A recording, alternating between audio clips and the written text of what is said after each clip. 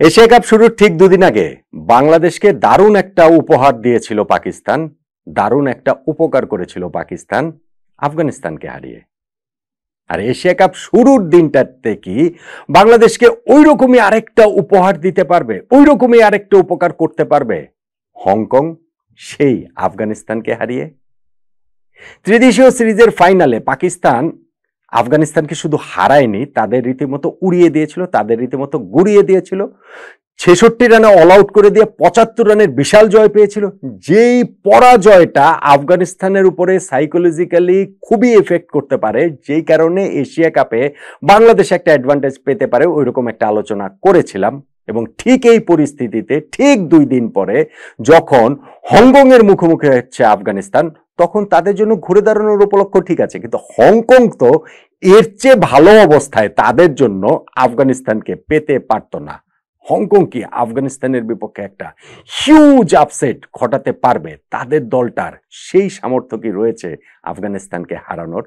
যদি হারিয়ে দিতে পারে তাহলে সেটা বাংলাদেশের জন্য একটা অ্যাডভান্টেজ হবে। কিভাবে অ্যাডভান্টেজ হবে? যে এশিয়া কাপের এই বি গ্রুপটাতে তো বাংলাদেশ, শ্রীলঙ্কা, আফগানিস্তান, হংকং রয়েছে, এবং বাকি যে এই তিনটা দল বাংলাদেশ, শ্রীলঙ্কা, আফগানিস্তান, তারা প্রত্যেকেই ধরে নিয়েছে হংকং এর বিপক্ষে ম্যাচটা জিতবেই, এবং সেই ক্ষেত্রে সুপার ফোরে কোয়ালিফাই করার জন্য বাকি নিজেদের মধ্যে মুখোমুখি ম্যাচগুলোর লড়াইগুলো গুরুত্বপূর্ণ হবে। যদি হংকং এর কাছে এইখানে আফগানিস্তান হেরে যায়, যদি তারা সেই আপসেটের শিকার হয়, সেই ক্ষেত্রে বাংলাদেশের একটা স্লাইট অ্যাডভান্টেজ তো সুপার ফোরে ওঠার ক্ষেত্রে থাকবে, নিঃসন্দেহে থাকবে। আর আপনি বলতে পারেন যে হংকং যদি আফগানিস্তানকে হারাতে পারে, হংকং তো বাংলাদেশকে হারাতে পারে, সেটা তো হতেই পারে, কিন্তু ধরেন ওই একই স্থানে তো আর দুইবার বজ্রপাত হয় না।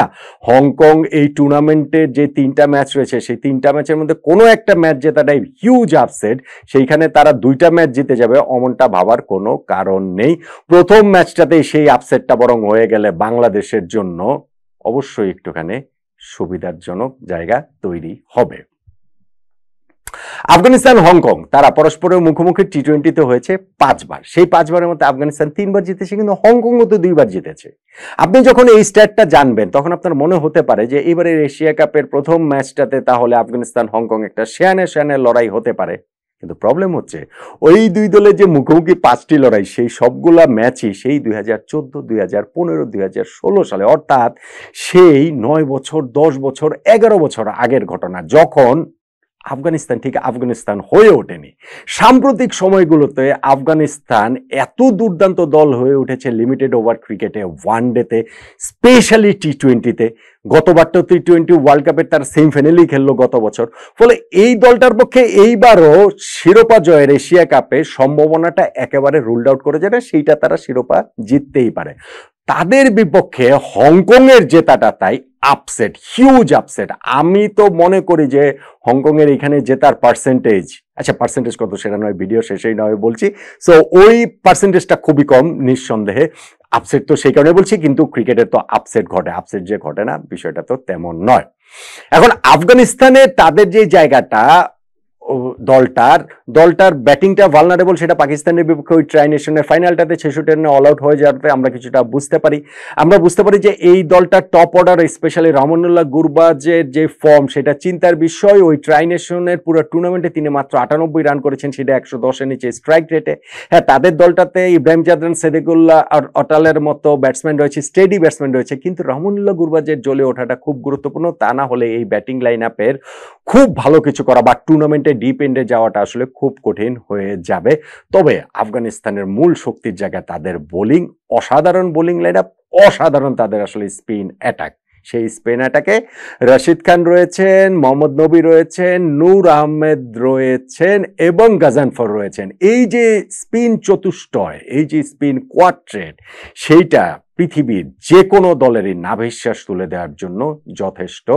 সো হংকং এর ব্যাটসম্যানেরও যে নাভিশ্বাস তারা তুলে দিতে পারেন তা তো বলাই যায়।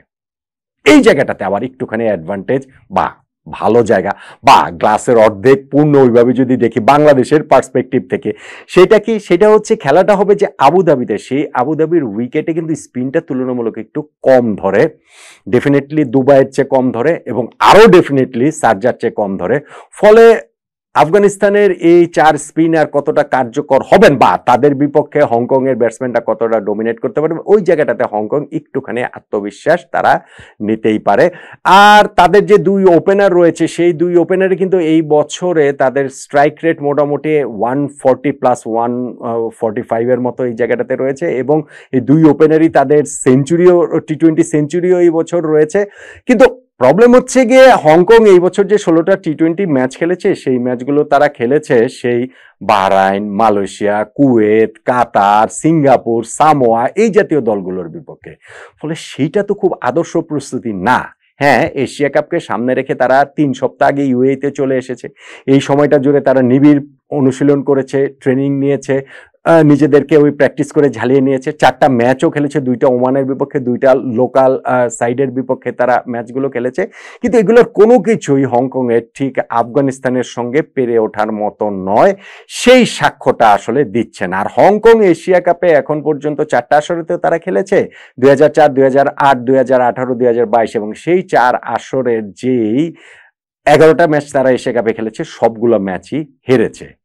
আবার ওই আবুধাবির যেই মাঠটাতে খেলা হবে সেইখানটাতেই কিন্তু আফগানিস্তান হংকং এর যে একটা মাত্র ম্যাচ হয়েছে সেই ম্যাচটাতে হংকং জিতেছিল।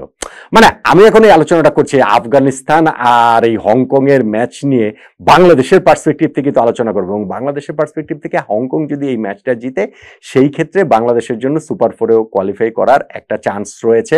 যেটা বলছিলাম যে ট্রাই নেশনের ফাইনালে পাকিস্তান অমনভাবে আফগানিস্তানকে বিধ্বস্ত করার কারণে আফগানরা যেহেতু একটুখানি মানসিকভাবে পিছিয়ে থাকবে, একটু চোটগ্রস্ত অবস্থায় থাকবে, সেই সুযোগটা বাংলাদেশকে এশিয়া কাপে কাজে লাগাতে পারবে কিনা। আর তারও আগে তো এখন হংকংই মুখোমুখি হয়ে যাচ্ছে 48 ঘন্টার মধ্যে ওই আফগানরা আবার তেড়ে ফুরে এসে হংকংকে উড়িয়ে দিতে পারে, গুড়িয়ে দিতে পারে, সেটা তো হতেই পারে। কিন্তু আমরা যদি এভাবে বাংলাদেশের জায়গা থেকে দেখি যে হংকং যদি ওরকম একটা আপসেট ঘটে দিতে পারে, সেটা বাংলাদেশের জন্য আসলে লাভই হবে সুপার ফোরে ওঠার ক্ষেত্রে। কিন্তু পার্সেন্টেজ কি, জয়ের সম্ভাবনা আসলে এই হংকং এর কতটুকু? সত্যিকারের অর্থে বলতে গেলে আফগানিস্তানের বিপক্ষে হংকং এর জয়ের সম্ভাবনা আমি যদি হংকং এর পক্ষে বাড়িয়েও বলি তাহলেও আসলে 5%-এর বেশি না।